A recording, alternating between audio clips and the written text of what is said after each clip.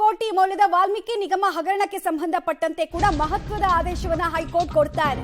ವಾಲ್ಮೀಕಿ ನಿಗಮ ಹಗರಣದ ತನಿಖೆ ಸಿಬಿಐಗೆ ವಹಿಸಲಾಗ್ತಾ ಇಲ್ಲ. ಎಸ್ಐಟಿಯಲ್ಲಿ ತನಿಖೆ ಮಾಡುವಂತೆ ಮಹತ್ವದ ಆದೇಶವನ್ನ ಹೈಕೋರ್ಟ್ ಪ್ರಕಟ ಮಾಡ್ತಾ ಇದೆ.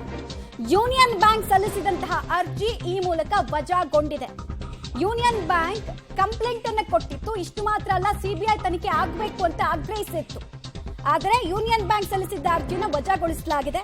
ಹಗರಣದ ತನಿಖೆಯನ್ನ ಸಿಬಿಐಗೆ ವಹಿಸುವಂತೆ ಅರ್ಜಿಯನ್ನ ಹಾಕಿಕೊಳ್ಳಲಾಗಿತ್ತು. ಹೈಕೋರ್ಟ್ ಆದೇಶದಿಂದ ಮಾಜಿ ಸಚಿವ ನಾಗೇಂದ್ರ ಸೇರಿದಂತೆ ಉಳಿದ ಆರೋಪಿಗಳಿಗೆ, ಅಧಿಕಾರ ವರ್ಗಕ್ಕೂ ಕೂಡ ಈಗ ಬಿಗ್ ರಿಲೀಫ್ ಸಿಕ್ಕಂತೆ ಆಗ್ತಾ ಇದೆ ಅನ್ನೋದು ಗೊತ್ತಾಗ್ತಾ ಇರುವಂತಹ ವಿಚಾರ. ರಾಜ್ಯ ಸರ್ಕಾರಕ್ಕೆ 1 ವರ್ಷ ಪೂರೈಕೆ ಆಗೋದ್ರ ಒಳಗೆ 187 ಕೋಟಿ ಮೌಲ್ಯದ ಹಗರಣ ವಾಲ್ಮೀಕಿ ನಿಗಮದಲ್ಲಾಗಿದೆ. ಹೀಗಾಗಿ ಇದರ ತನಿಖೆಯನ್ನ ಸಿಬಿಐ ಮಾಡಬೇಕು ಅಂತ ಕಂಪ್ಲೇಂಟ್ ಅನ್ನ ಕೊಟ್ಟಿತ್ತು ಯೂನಿಯನ್ ಬ್ಯಾಂಕ್. ಇದನ್ನ ಪ್ರಶ್ನಿಸಿ ಹೈಕೋರ್ಟ್ ಮೆಟ್ಟಿಲೇರಿದ್ದು ಆರೋಪಿಗಳು.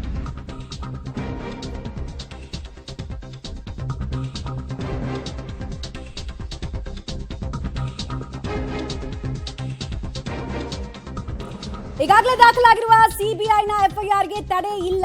ಪ್ರಕರಣ ಸಂಬಂಧ ಎಫ್ಐಆರ್ ದಾಖಲು ಮಾಡಿಕೊಂಡಿತ್ತು ಸಿಬಿಐ ಎಫ್ಐಆರ್ ತನಿಖೆಯನ್ನ ಮುಂದುವರಿಸಬಹುದು ಅಂತ ಕೋರ್ಟ್ ಅಭಿಪ್ರಾಯವನ್ನು ವ್ಯಕ್ತಪಡಿಸಿದೆ.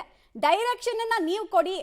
ಯೂನಿಯನ್ ಬ್ಯಾಂಕ್ ಅವರು ಏನಂತ ಅರ್ಜಿ ಹಾಕೊಂಡಿದ್ರು ಅಂದ್ರೆ, ರಾಜ್ಯ ಸರ್ಕಾರಕ್ಕೆ ಈ ಪ್ರಕರಣವನ್ನ ಸಿಬಿಐಗೆ ಕೊಡುವಂತೆ ಡೈರೆಕ್ಷನ್ ಅನ್ನ ಕೋರ್ಟ್ ಕೊಡಬೇಕು ಅಂತ ಅರ್ಜಿಯನ್ನು ಹಾಕೊಂಡಿದ್ರು. ಸೊ ಅದನ್ನ ಕನ್ಸಿಡರ್ ಮಾಡ್ತಾ ಇಲ್ಲ ಕೋರ್ಟ್ ಅನ್ನೋದು ಗೊತ್ತಾಗ್ತಾ ಇದೆ. ಡೀಟೇಲ್ಸ್ ಕೊಡ್ತಾರೆ ಮುರಳಿ. ಇದನ್ನ ಕನ್ಸಿಡರ್ ಮಾಡದೇ ಇರೋದಕ್ಕೆ ಕೋರ್ಟ್ ಕೊಡ್ತಾ ಇರುವಂತಹ ಮೇಲ್ನೋಟದ ರೀಸನ್ಸ್ ಏನೇನು, ಡೀಟೇಲ್ಸ್ ಏನೇನು ಕೊಡ್ತೀರಿ? ಈ ಮೂಲಕ ಆರೋಪಿಗಳಿಗೆ ಬಿಗ್ ರಿಲೀಫ್ ಯಾವ ರೀತಿ ಸಿಗ್ತಾ ಇದೆ? ಮಮತಾ, ಏನಂದ್ರೆ ಪ್ರಮುಖವಾಗಿ ಯೂನಿಯನ್ ಬ್ಯಾಂಕ್ ಒಂದು ಮನವಿಯನ್ನ ಮಾಡ್ಕೊಳುತ್ತೆ. SIT ಮಾಡ್ತಾ ಇರುವಂತಹ ತನಿಖೆಗಳೇನಿತ್ತು ಆ ತನಿಖೆಯಾಗಿ ಸಂಪೂರ್ಣವಾಗಿ ಸ್ಪಷ್ಟತೆಗಳಿಲ್ಲ ಮತ್ತು ಸತ್ಯನ ಮರೆಮಾಚುವಂತ ಪ್ರಯತ್ನಗಳನ್ನ ಮಾಡ್ತಾ ಇದ್ದಾರೆ ಅನ್ನೋದ್ರ ಬಗ್ಗೆ ಯೂನಿಯನ್ ಬ್ಯಾಂಕ್ ಒಂದು ಆರೋಪವನ್ನ ಮಾಡಿ ಹೈಕೋರ್ಟ್ಗೆ ಒಂದು ಅರ್ಜಿಯನ್ನ ಸಲ್ಲಿಕೆಯನ್ನ ಮಾಡಿತ್ತು. ಯಾಕೆಂದ್ರೆ ನಾಗೇಂದ್ರ ಇರ್ಬೋದು, ಬಸನಗೌಡ ದದ್ದಲ್ ಅವರು ಇರ್ಬೋದು, ಅವರನ್ನ ಕೇವಲ ವಿಚಾರಣೆಗೆ ಕಣ್ಣರಿಸುವ ತಂತ್ರದ ರೀತಿಯಲ್ಲಿ ಕೇವಲ ವಿಚಾರಣೆಗೆ ಕರೀತಾ ಇದ್ದಾರೆ. ಅವರ ವಿರುದ್ಧ ಕ್ರಮವನ್ನು ಕೈಗೊಳ್ತಾ ಇಲ್ಲ ಅಂತ ಹೇಳಿ ಒಂದು ಯೂನಿಯನ್ ಬ್ಯಾಂಕ್ SIT ವಿರುದ್ಧ ಒಂದು ತನಿಖೆಯನ್ನ ಮಾಡಬಾರ್ದು, ಅಂದ್ರೆ SIT ತನಿಖೆಯನ್ನ ಮಾಡಬಾರ್ದು ಅಂತ ಹೇಳಿ ಹೈಕೋರ್ಟ್ಗೆ ಅರ್ಜಿಯನ್ನ ಹಾಕೊಂಡಿದ್ರು. ಆದ್ರೆ ಈ ಮೂಲಕ, ಅಂದ್ರೆ ಇದಕ್ಕಿಂತ ಮುಂಚಿತವಾಗಿ ಸಿಬಿಐ ಅವರು ಒಂದು FIR ಅನ್ನು ಕೂಡ ದಾಖಲನ್ನ ಮಾಡ್ಕೊಳ್ತಾರೆ. ಅದರ ಬಗ್ಗೆ ತನಿಖೆಯನ್ನ ಮಾಡ್ತಾ ಇರ್ತಾರೆ. ಯಾಕಂದ್ರೆ 50 ಕೋಟಿಗಿಂತ ಹೆಚ್ಚಿನ ಅಕ್ರಮಗಳು ಬ್ಯಾಂಕ್ನ ಒಳಗಡೆ ನಡೆದ್ರೆ ಆ ಪ್ರಕರಣವನ್ನ ಸಿಬಿಐ ಅವರೇ ತನಿಖೆ ಮಾಡಬೇಕು ಅಂತ ಹೇಳಿ ರೂಲ್ಸ್ ಗಳಿದಾವೆ. ಆ ರೂಲ್ಸ್ ಗಳನ್ನ ವೈಲೇಟ್ ಅನ್ನ ಮಾಡಿ SIT ತನಿಖೆನ ಮಾಡ್ತಾ ಇರೋದು ಸೂಕ್ತ ಅಲ್ಲ ಅಂತ ಹೇಳಿ ಕೂಡ ಯೂನಿಯನ್ ಬ್ಯಾಂಕ್ ಅರ್ಜಿಯನ್ನ ಸಲ್ಲಿಕೆಯನ್ನ ಮಾಡಿತ್ತು.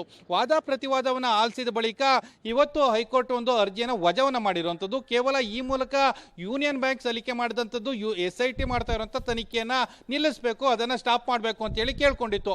ಆ ಪ್ರೇಯರ್ಗೆ ಈಗ ಸ್ಟಾಪ್ ಆಗಿದೆ. ಆದ್ರೆ ಸಿಬಿಐ ತನಿಖೆ ಏನಿತ್ತು, ಅಂದ್ರೆ ಅವರ ದಾಖಲು ಮಾಡ್ಕೊಂಡಂತ FIR ತನಿಖೆ ಏನಿತ್ತು ಆ ತನಿಖೆನ ಮುಂದುವರಿಸಬಹುದು. ಅಂದ್ರೆ ಮುಂದಿನ ದಿನಮಾನಗಳಲ್ಲಿ ಅದು ಮುಂದಿನ ಯಾರ ಆರೋಪಿಗಳಿದ್ದಾರೆ, ಯಾರು ಇನ್ವಾಲ್ವ್ಮೆಂಟ್ ಆಗಿದ್ದಾರೆ ಅವರಿಗೆ ದೊಡ್ಡ ಮಟ್ಟದ ಸಂಕಷ್ಟವನ್ನು ತಂದು ಕೊಡಬಹುದು. ಆದರೆ ಯೂನಿಯನ್ ಬ್ಯಾಂಕ್ ಸಲ್ಲಿಕೆ ಮಾಡಿದಂಥ ಅರ್ಜಿ ಏನಿತ್ತು ಅದನ್ನು ವಜಾವನ್ನ ಮಾಡಿದ್ದಾರೆ. ವಜಾವನ್ನ ಮಾಡಲಿಕ್ಕೆ ಯಾವ್ಯಾವ ಕಾರಣಗಳನ್ನ ಕೊಟ್ಟಿದೆ ಹೈಕೋರ್ಟ್ ಅನ್ನೋದ್ರ ಬಗ್ಗೆ ಕೂಡ ಕಾದು ನೋಡಬೇಕಾಗಿರುತ್ತದೆ. ಇನ್ನೇನು ಕೆಲವೇ ಕ್ಷಣಗಳಲ್ಲಿ ಆದೇಶದ ಪ್ರತಿಯೂ ಕೂಡ ಬರುತ್ತದೆ. ಆ ಸಂದರ್ಭದಲ್ಲಿ FIR ನ ಬಗ್ಗೆ ಯಾವ ರೀತಿಯ ಉಲ್ಲೇಖವನ್ನ ಮಾಡಿದ್ದಾರೆ, ಜೊತೆಗೆ SIT ತನಿಖೆ ಬಗ್ಗೆ ಯಾವ ರೀತಿಯ ಉಲ್ಲೇಖವನ್ನ ಹೈಕೋರ್ಟ್ ತಮ್ಮ ಆದೇಶದ ಪ್ರತಿಯಲ್ಲಿ ಮಾಡಿದೆ ಅನ್ನೋದ್ರ ಬಗ್ಗೆ ಕಾದು ನೋಡಬೇಕಾಗಿರುವಂತದ್ದು. ಮಮತಾ.